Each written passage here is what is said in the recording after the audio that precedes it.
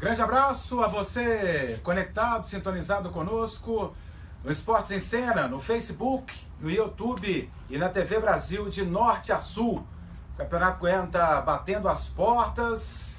Goiás, Atlético, Vila Nova e Atlético começando o Campeonato Goiano sábado no estádio Serra Dourada. O Goiás sabendo se o Walter vai ou não para o jogo contra a Aparecidense. Márcio um pouco mais magro, mas será reserva nessa partida. Além disso, o esporte pelo mundo, o Campeonato Carioca já vai começar. Tem o Botafogo lutando para chegar à fase de grupos da Libertadores da América e todos os esportes conosco aqui no Esportes em Cena. Nos comentários do Bruno Brasil e do Luiz Antônio Bercó. Bruno Brasil, tá tudo bem? Grande Edson Júnior, um abraço a você, ao Bercó, aos amigos conectados aqui no Esportes em Cena. Prazer enorme estar aqui nessa bancada, estreando aqui no Esportes em Cena. Luiz Antônio Bercó, tá tudo tranquilo, Bercó? Tudo tranquilo, Júnior, Bruno. E uma saudação especial aí ao nosso seguidor, nosso internauta. Hoje nosso segundo programa aqui com a presença do Bruno Brasil, né? Grande Bruno Brasil. Esse aqui ele é tão importante quanto o tamanho dele, né, Edson Júnior? Ah, realmente. Conhecimento, enorme conhecimento, na mesma proporção da estatura. Menos. E você pode participar conosco através do WhatsApp no 99937 4517. 99937 4517. Hoje, escutei uma entrevista do Adson Batista dizendo que a questão da segurança foi o fator fundamental para que se tirasse o jogo que estava marcado desde o ano passado do Estádio Olímpico entre Atlético e Vila Nova para o Estádio Serra Dourada. Vocês veem que realmente a questão da segurança poderia atrapalhar esse clássico? Sempre atrapalha, né?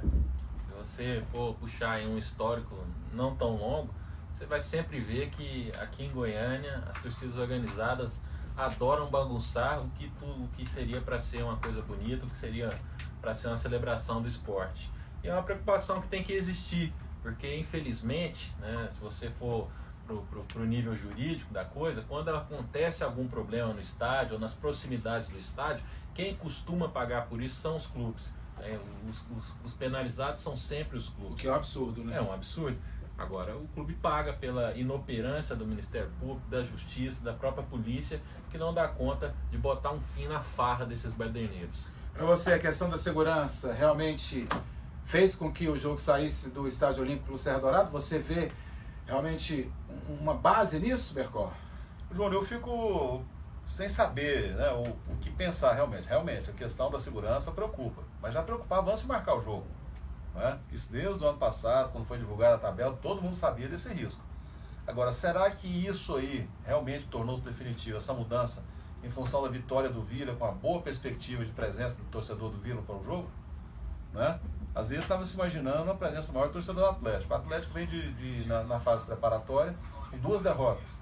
O Vila com a vitória sobre o Flamengo. Então pode haver aí uma presença de torcedor do Vila grande. Então o Atlético pode estar olhando também o lado financeiro, além da segurança. Essa grande seria o quê? Porque a gente teve o jogo Atlético, o Vila com o Flamengo, algo em torno de 18 mil pessoas. Isso. E aí teríamos 9 mil torcedores do Vila, 9 mil torcedores do Flamengo. 9 mil do Flamengo? Foi o que as pessoas que estiveram lá, algumas pessoas disseram, né? E outros disseram também que ali não caberia 18, não caberia mais 18 mil, né? Sempre quando tem jogo do Vila Nova, né, Bercó? O Serra Dourada não cabe mais, o público que tinha. Teve um ano que o Vila Nova jogava, o público é muito maior, né? Ali eu não sei. O certo é que o ano passado, por exemplo, o Vila Nova vinha numa empolgação muito grande pelo título da Série C, torcida única no Serra Dourada levou 8.800 pagantes contra o Goiás, que é um adversário que tem muito mais rivalidade, muito mais expressivo do que o Atlético Clube Goianiense. Eu acho que o jogo do Vila Nova contra o Flamengo, o Vila Nova, ele não joga a mesma divisão do Flamengo, ele não jogou Copa do Brasil, a última partida entre Vila Nova e Flamengo foi em 1979, então eu acredito que foi muito mais um evento do que uma partida realmente como Vila Nova e Atlético. Eu não acho que teremos o mesmo público. O próprio adversário, o Flamengo, fosse o Corinthians, o São Paulo, ele acaba levando também mais torcedores do próprio Vila Nova, né? Isso é um jogo que não está aí na grade comum do Tigrão. Então o torcedor se motiva para ver o Vila se enfrentando a uma Mas grande talvez equipe. não seja só com o Vila. Com o Atlético e com o Goiás também. Sem dúvida. O torcedor do Goiás que não iria, só analisando o que aconteceu no Vila, né? sábado. Eu concordo com você.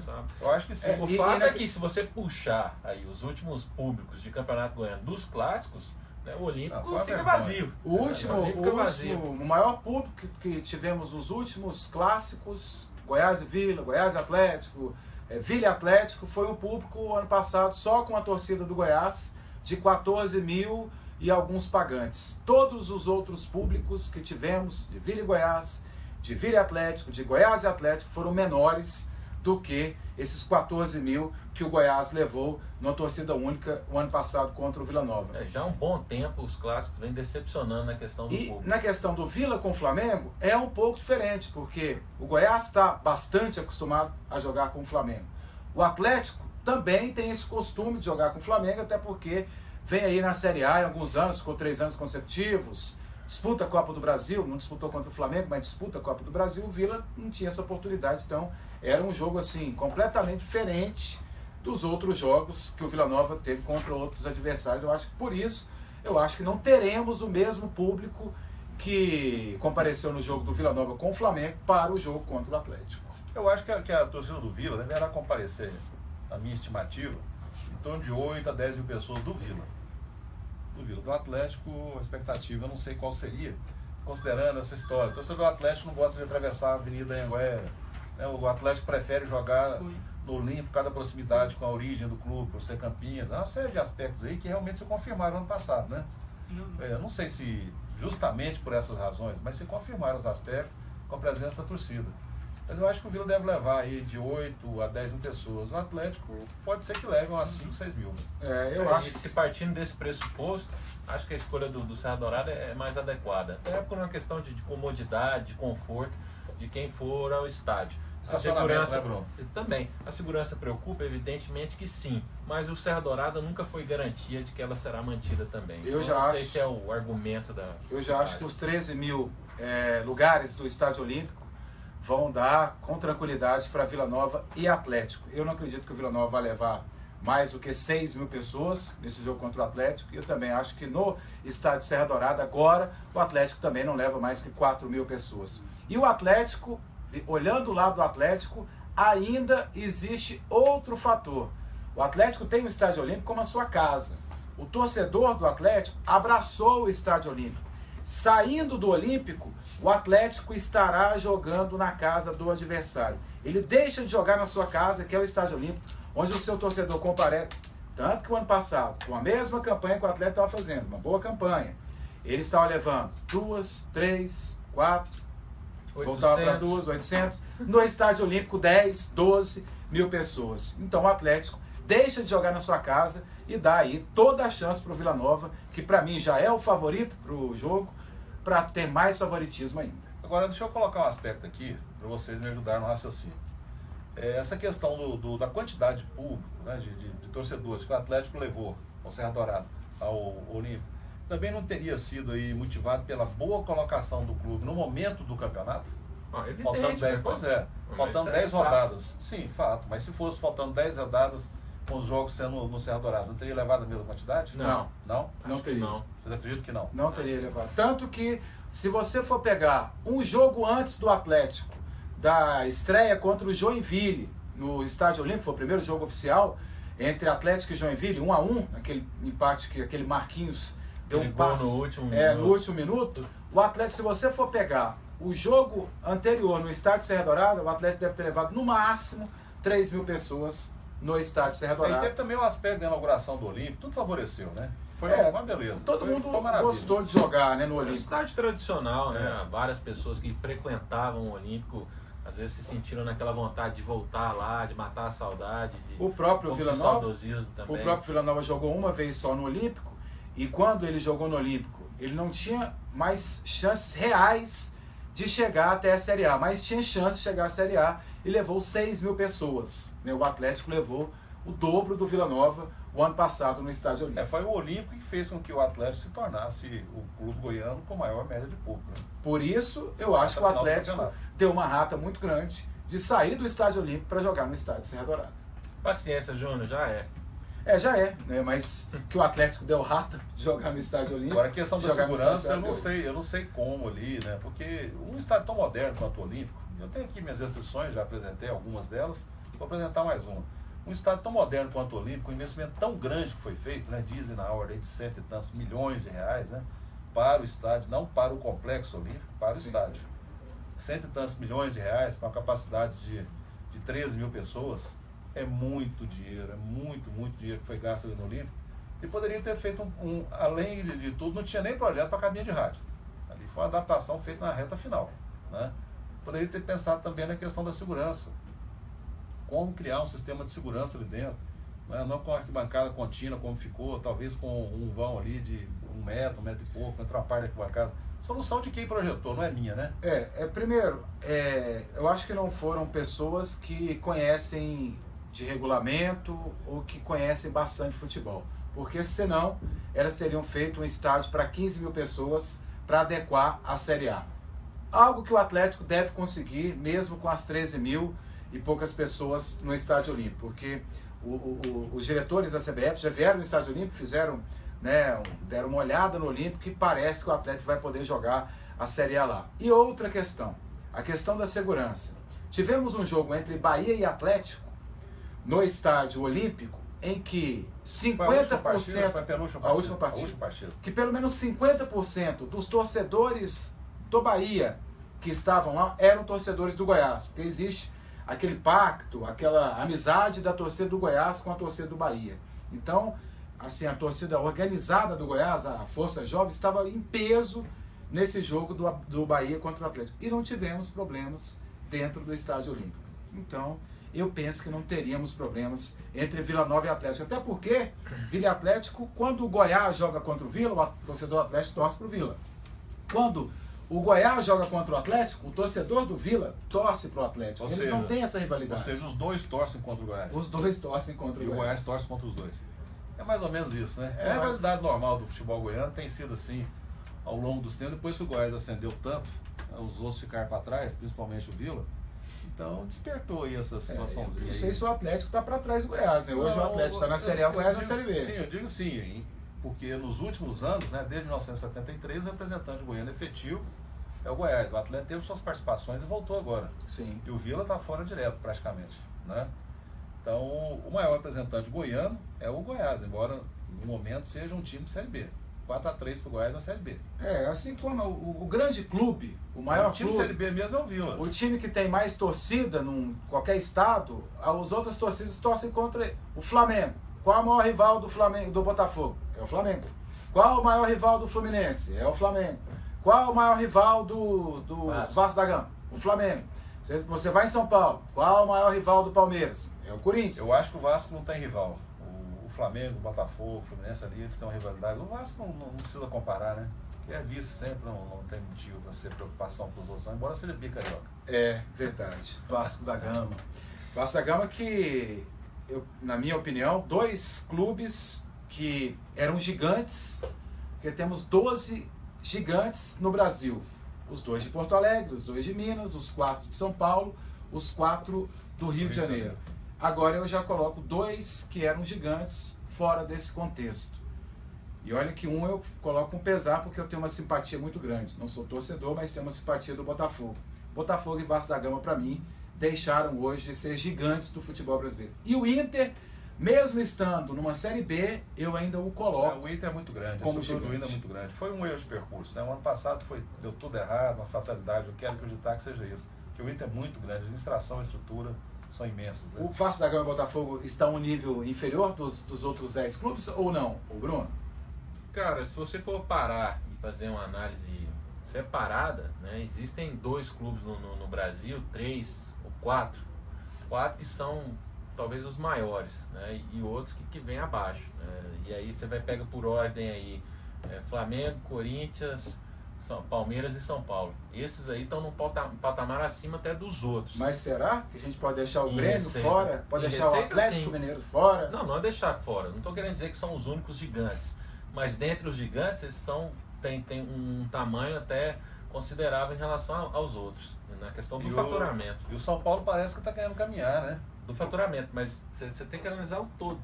Você pegar uma estrutura, por exemplo, de treinamento, de patrimônio, do Internacional, do Atlético Mineiro, de um Cruzeiro, quer dizer, é muito maior às vezes que a do próprio Flamengo. Muito maior. Mas o Flamengo não tem estrutura, né? Nesse aspecto aí, se engano, hoje o Flamengo tem um dos CTs mais modernos do país. Já está funcionando? Já está funcionando, desde o ano passado. Eu gostaria de conhecer isso aí. Maravilhosa. Eu não sei, eu não vi centro ainda. de referência para treinamento. Não, parabéns então ao Flamengo, está se recuperando de todas as maneiras. É um bom CT, mas ele ainda está atrás de muitos CTs no futebol brasileiro. Está atrás do CT do Cruzeiro, está atrás do CT do Atlético Mineiro, está atrás do CT do Santos, está atrás do CT do Atlético Paranaense e, inclusive, está atrás do CT do Goiás Esporte Clube. Sem dúvida. Então, você coloca o Vasco da Gama e o Botafogo no patamar abaixo? Sem dúvida nenhuma. Dos 12, se for para colocar nessa ordem cronológica aí de 12, eu colocaria os dois aí, tirando para o ímpar, para ver quem é o 11º e o 12º. Né? Embora o Botafogo esteja hoje numa Libertadores da América, né? Mas é uma coisa assim, que não está estruturado. O Botafogo não tem aquela estrutura, né? Você vê a situação do Botafogo e do Vasco, os dois estão mais ou menos aí no mesmo nível, sem sombra de dúvida, até na questão de defasagem salarial, nível de jogadores, né? O Vasco está com um time aí que corre o risco de cair de novo para a Série B.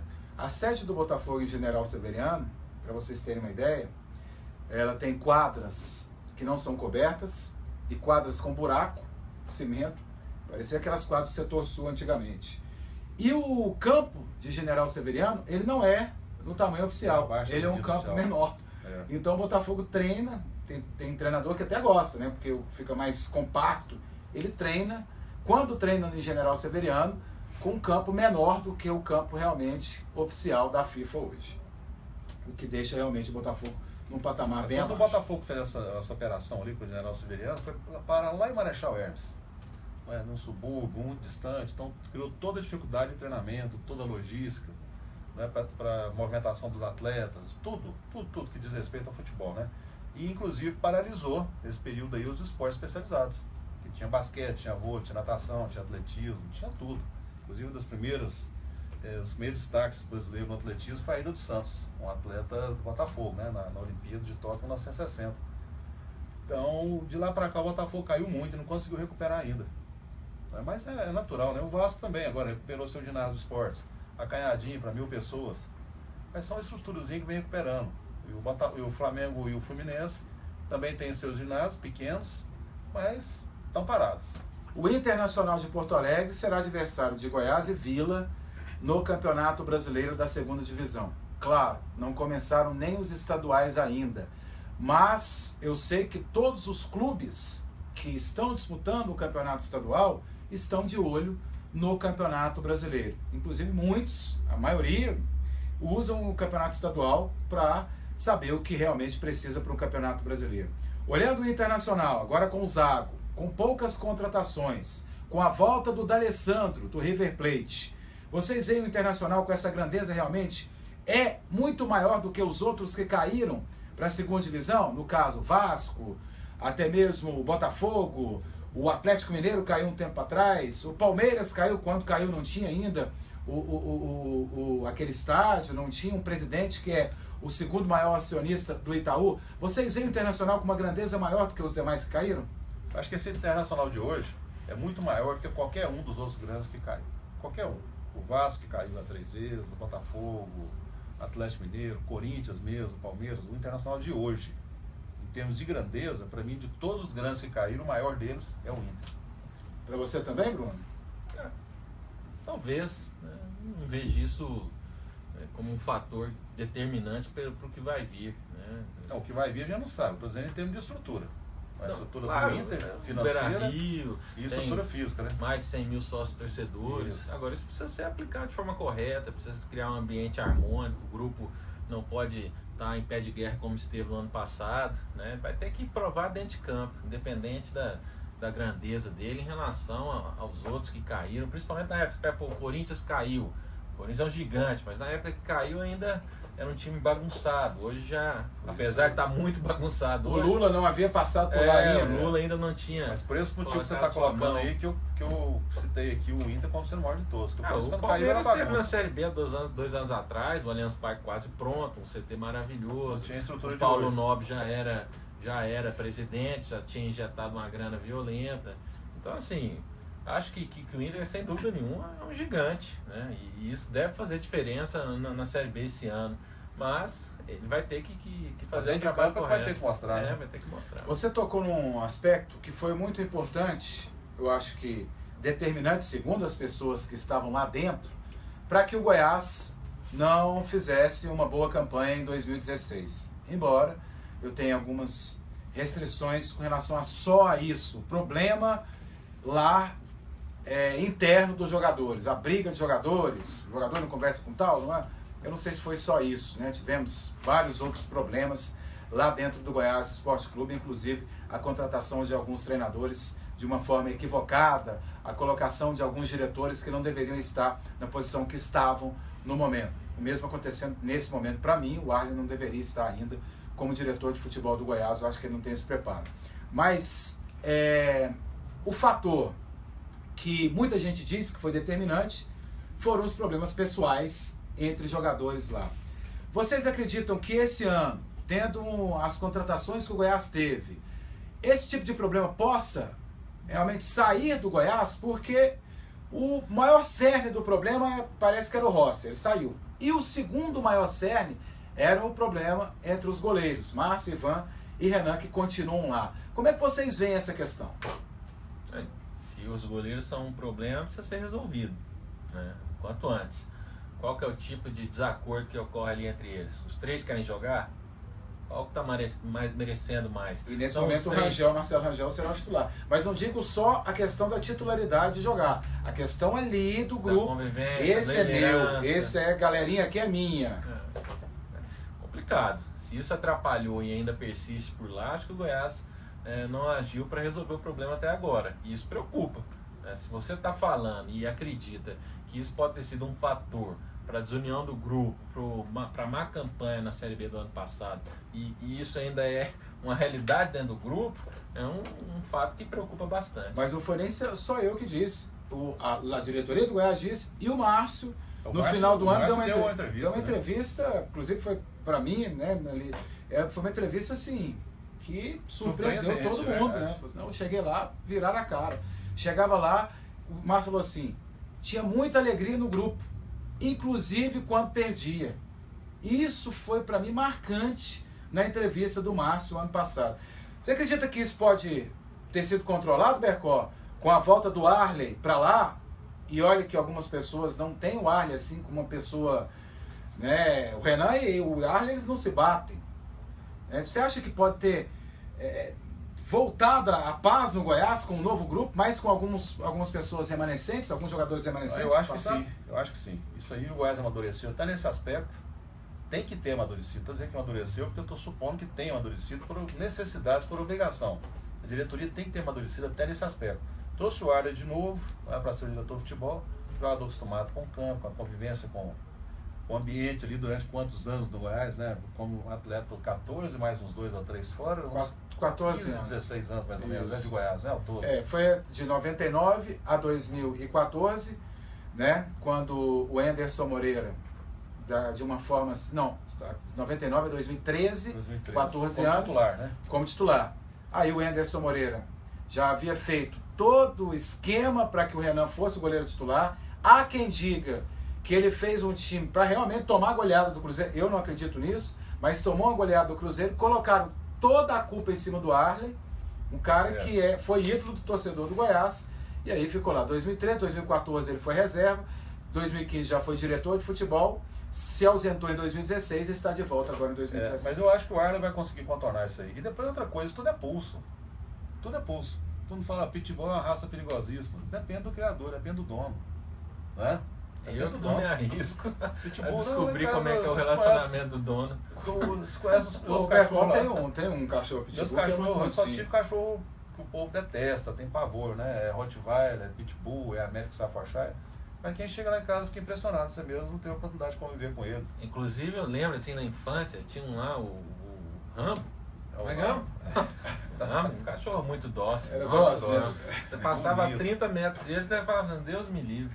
Porque no Bruno nessa época Avançava até no portão. nessa época ele ficava jogando pedra no cachorro de longe. Ele não podia jogar na lua mais, viu que não acertava, começou a jogar no cachorro. É isso aí. Você acha que psicopatas são só os humanos? É que você não conheceu o Rambo. O Rambo, né? E o Walter, moçada? Joga ou não joga? Tá gordinho ou não tá? Emagreceu? Coloca Gordo, ele e espera mais um pouco. Como é que Gordo vocês tem que veem? jogar, ele tá lá pra isso. O cara ganha 10 salários mínimos por dia, é o que dizem. Pra poder ficar esperando o dia de emagrecer, engordou porque quis. Foi irresponsável. Agora que entra em campo e jogue. Tem que jogar. É o maior salário, tem que ser a maior referência também. Até porque... Até o maior jogador, né? Dizem tecnicamente é o melhor jogador do time. Dizem? Dizem? Alguma dúvida? Porque, assim, se você for olhar, qual é melhor? Ter o Walter gordo ou Moisés magrinho? Moisés magrinho, né? Assim, Mas é muito. O torcedor do Vila vai dizer isso. Então, torcedor do Vila, mas você como analista de futebol? Eu prefiro o atleta. Prefiro o Moisés. O Moisés? Prefiro o Moisés. Beco. Pode- Você tem pode- certeza que você prefere o Moisés ao Walter? Prefiro o Moisés, eu prefiro o atleta. Moisés ao Walter. Luiz Antônio Bercó. Luiz Antônio Bercó eu aí posso no fazer. Brasil? Eu tô querendo o bem do Goiás, por isso que eu quero o Walter magro, em condições. Eu não tenho nenhuma discriminação em relação aos obesos e acho que eles podem ter qualidade, valor, né? E tem que provar, assim como os magros. Tô cansado de ver magrinho aí que não joga pocilga nenhuma. Então, o cara tá ali, tá acima do peso, mas tá correndo, não tá botando a mãozinha no joelho, tá correndo, tá fuzilando o goleiro, tá dando assistência, tá tecnicamente desequilibrando, como é o comum do Walter. Eu vou ficar aqui preocupado com o peso dele. Eu que também- se eu exploda. também não tô preocupado, Ele que não. se exploda com a gordura. Também não tô dele. preocupado, não. Eu tô respondendo a pergunta da sua. Não, incomoda muita Agora gente. eu acho que ele tem que jogar, tanto é que eu abri assim, tem que jogar. Tá gordo, engordou porque foi responsável. Vou esperar o dia que eu achar que eu tô bem. Não, mas ele não teve magro, Entra em Fran. campo e joga. Ele não teve magro. O Walter tá gordo tem 5 anos. Quando gente. fala que ele tá... Ele não vai ser magro. Tira Quando- isso da sua cabeça. Você que espera aí o Walter fininho, você pra mim tá... Quando tá, fala que ele... tá viajando. Quando precisa falar dele magro, é que ele, é só dele recuperar o peso que ele terminou o ano passado, porque eu tava gordo. Ele voltou obeso, ele terminou gordo. E parece que ele tá nesse caminho. E quando ele foi muito bem em 2012 e muito bem em 2013, 2012 o Goiás foi campeão brasileiro da Série B, em 2013 só não chegou na Libertadores, a gente sabe o porquê na última partida contra o Santos, o Walter estava gordinho. E a gente sabe também Não, e era um ídolo. que em 2013 o Goiás poderia chegar até a final da Copa do Brasil quando enfrentou o Flamengo. O Walter não participou. Aquilo foi determinante para que o Goiás diminuísse muito sua porcentagem de chance de chegar até uma final de Copa do Brasil. O Walter jogava muito. Então, e ele estava gordinho. Agora o Moisés, o profeta... Ô, Bercó, Diga, deixa eu te falar uma coisa. pode provocar de novo. Hoje eu tô aqui aberto, aceitando provocação. O Rio Verde vai jogar lá em Itumbiara, faltando aí Absurdo. uma semana. Descobriram que o Rio Verde não tem estádio para jogar. Assim, o Rio Verde subiu o ano passado, na divisão de acesso, que é no começo do ano. No começo não, no meio do ano. Só passaram o começo do ano, quando o Vila Nova foi incompetente em 2014, 2015, o Vila caiu. Em 2015, aí passaram 2014, caiu 14, subiu 15. Subiu em 15? Isso, 2014 subiu. Aí colocaram a divisão de acesso, que é no Fizeram um arrumadinho pro Vila, né? fizeram um arrumadinho pro Vila Nova. Que antes, até a federação falou, a gente vai organizar agora, termina a primeira divisão, começa a segunda, depois a terceira. Porque muita gente tem emprego pro ano inteiro. Aí, pela incompetência do Vila Nova, muita gente ficou sem emprego. Mas enfim, o Rio Verde, desde o fim do primeiro semestre do ano passado, julho, ali em agosto, já sabia que iria jogar a primeira divisão agora. E aí uma semana vai ter que jogar em Itumbiara. Eu não sei qual é a opinião de vocês lá. A minha é o seguinte: quem quiser disputar a divisão de acesso para a Série A, para a primeira divisão do campeonato, já tem que demonstrar antecipadamente a capacidade de mandar os jogos na sua cidade. Sabe? Não, depois que subir, vamos ver como é que faz. Todo ano tem sido assim. Você vê Goianésia, vê o próprio craque catalão, tem quantos anos de história, já foi 2 vezes campeão goiano, nunca se preocupou em ter uma estrutura.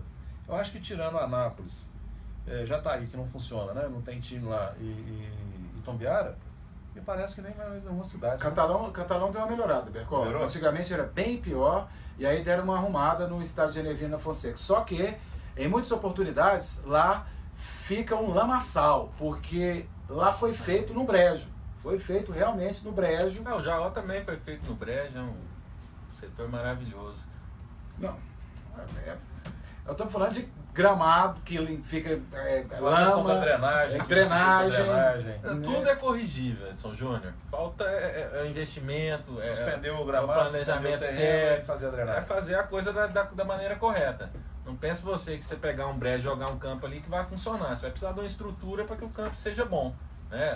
Lá em Catalão, é bem provável que se possa fazer algo eficiente, algo que dê certo, algo que não comprometa, como de vez em quando a gente vê alguns jogos lá que parece mais guerra de lama. Né? E não é só Rio Verde, né? Goianésia também, a gente não sabe se poderá ou não jogar no seu estádio, porque eles quebraram toda a arquibancada. Outro, Iporá, a gente não sabe, porque Goianésia e Iporá jogam fora agora.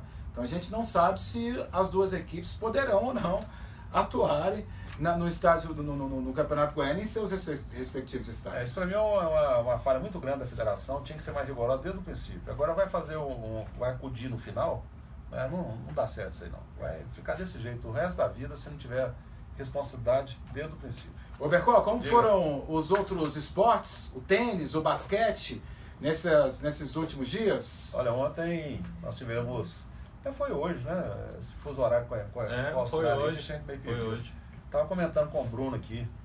O Bruno fez um comentário interessante sobre o jogo da Muguruza, né? Ontem até eu citei aqui a Muguruza como uma possível finalista, no caso de ser finalista, em condições de superar a Serena. Fazendo aquela previsão, assim, né, de Pai Bercó, né? Coisa que dificilmente a gente acerta. Mas o Bruno fez um comentário aqui que eu gostaria até de passar para ele a respeito desse feminino aí, Bruno. A adversária da Muguruza, que quebra a língua da gente para falar o nome dela. Americana. Vaden, como é que é? Vanderger. A Muguruza é o quê? Ela é Vanderberg. Espanhola. Bonita, Muguruza? Bonita. Bem bonita, aliás. Bonita, e a Vanderger já meio tonhão, assim, tonhão não, tufão, né? Meio Walter, assim, com as gorduras saindo um pouco assim de lado, mas joga muita bola. Uma tenista muito agressiva. Uma emagreceu 8 quilos, a outra tá com o corpo atlético do jeito que era sempre. Mas é assim mesmo, né? Eu gosto da remela, né? Uns gostam dos olhos, gostam da remela. Mas eu posso fazer o quê, né? A americana, pra mim, jogou muito ontem contra a Muguruza. E pra mim, com esse tênis que ela tá jogando, excelente, com a agressividade que ela coloca o saque dela, ela confirma com facilidade. E o saque da adversária, ela tá criando dificuldade enorme pra agressiva, muito agressiva. A devolução dela tá praticamente impossível. E a Venus Williams, né? Ganhou de novo. Pegou agora a Rússia, Pavlyuchenkova. Os nomes são facílimos. Pavlyuchenkova. Uma vitória também extraordinária da Venus Williams. A Venus Williams, ela, quando pensa que vai parar, ela mesmo chega a ameaçar. Essa é a minha última temporada. Ela volta com a força toda. E tá aí, já tá na semi, né? Já foi pra semi. Foi nas quartas de final. Vão se enfrentar as duas? Será que a americana com as duas americanas? Não, vamos se encontrar aqui, ó. Essa chave de hoje. A próxima partida é duas americanas, Vanderger com a Venus Williams. Elas podem encontrar na final. As irmãs poderão se encontrar na final. E o Federer, né? De novo, o fenômeno Federer. Ele ganhou do Zverev hoje, 3-0. Que vitória maravilhosa. E o Wawrinka, o outro suíço também, ganhou do Tsonga. Pra mim o Wawrinka leva. Leva, né? Vai dar um confronto agora dos dois na semifinal. O Federer contra o Wawrinka. Pra mim o Wawrinka é o grande favorito. O Esporte em Cena que fala tudo em nome do Jaó, da Formiquel, da Semarco, do Cálculo Contabilidade e da Odonto Saúde. Né? O Jaó que a gente está acostumado, a gente cresceu ali no Jaó.